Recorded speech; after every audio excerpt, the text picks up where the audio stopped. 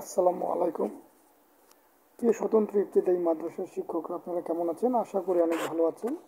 আপনাদের জন্য অবশেষে একটি সুখ সংবাদ দিয়েই দিল শিক্ষা উপদেষ্টা ওয়াহিউদ্দিন মাহমুদ। চলুন যে কথা না বাড়িয়ে বিস্তারিত চলে যাই। অবশ্যই এমপিভুক্ত হচ্ছেন ইবতেদায়ী মাদ্রাসার শিক্ষকরা। আসলে এই ইবতেদায়ী মাদ্রাসার শিক্ষকরা বলতে কাদেরকে বোঝানো হয়েছে? যারা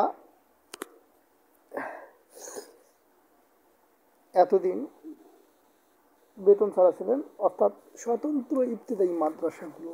হুম, স্বতন্ত্র ইবতেদায়ী মাদ্রাসাগুলো 40 বছর পর ভাগ্য খুলছে ইবতেদায়ী শিক্ষকদের। এমপিভুক্ত হচ্ছেন 1519টি মাদ্রাসা, যার যাতে শিক্ষক রয়েছে 6076 জন শিক্ষক। চলতি অর্থ বছরই বরাদ্দ 16 কোটি টাকা।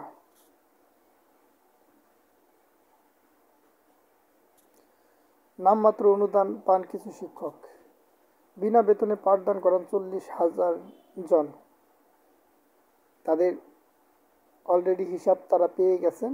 মে মাস থেকে শিক্ষকদের বেতন বাধা দেওয়ার চেষ্টা, ভবিষ্যতে জাতীয়করণ। আসলে আমি আমার অনেকগুলো ভিডিওতে বলেছিলাম জাতীয়করণ হবে কিনা। যদি বলে থাকি জাতীয়করণ হবে, কিন্তু আগে তাদেরকে এমপিওভুক্ত করা হবে। এমপিওভুক্তর পর ধাপে ধাপে তাদেরকে জাতীয়করণের আওতায় আনা হবে। মে মাসের মধ্যেই যে 1519টি মাদ্রাসা আছে যেগুলো সামান্য অনুদান পান, সেই সকল মাদ্রাসাগুলোকে পুরো এমপিভুক্ত করে নেবেন।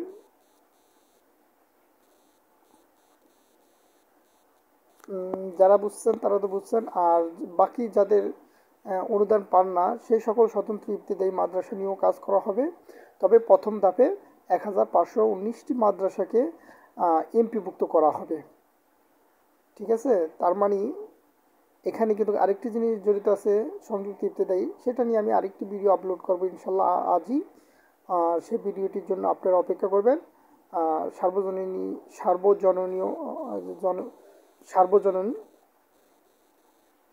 সার্বজনীন যে মাদ্রাসা নীতিমালাটা আছে সেটি কবে প্রকাশিত হবে সেটা নিয়ে আপডেট নিয়ে আমি হাজির হয়ে যাব।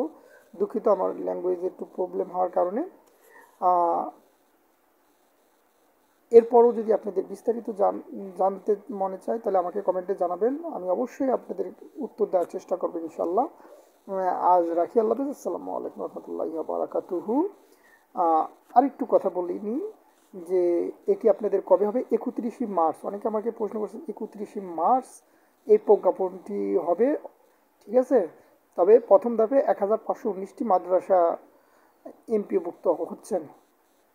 আর অনেকে আপনারা বলবেন জাতীয়করণ কেন নয়? আসলে জাতীয়করণ একটা বড় ব্যাপার, এটা হবে, কিন্তু তাদেরকে সময় দিতে হবে। হ্যাঁ, তাদেরকে সময় দিতে হবে।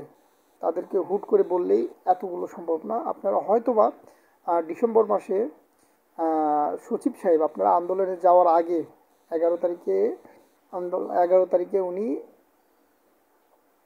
আপনারা যে আন্দোলনে গেছিলেন 19 তারিখে না 11 তারিখে, যাই হোক, যেদিন গেছেন তার আগের দিনই সংবাদ সম্মেলন করে বর্তমান সচিব সাহেব কবির সাহেব উনি কিন্তু আপনাদেরকে এই বার্তাটা দিয়েছিলেন।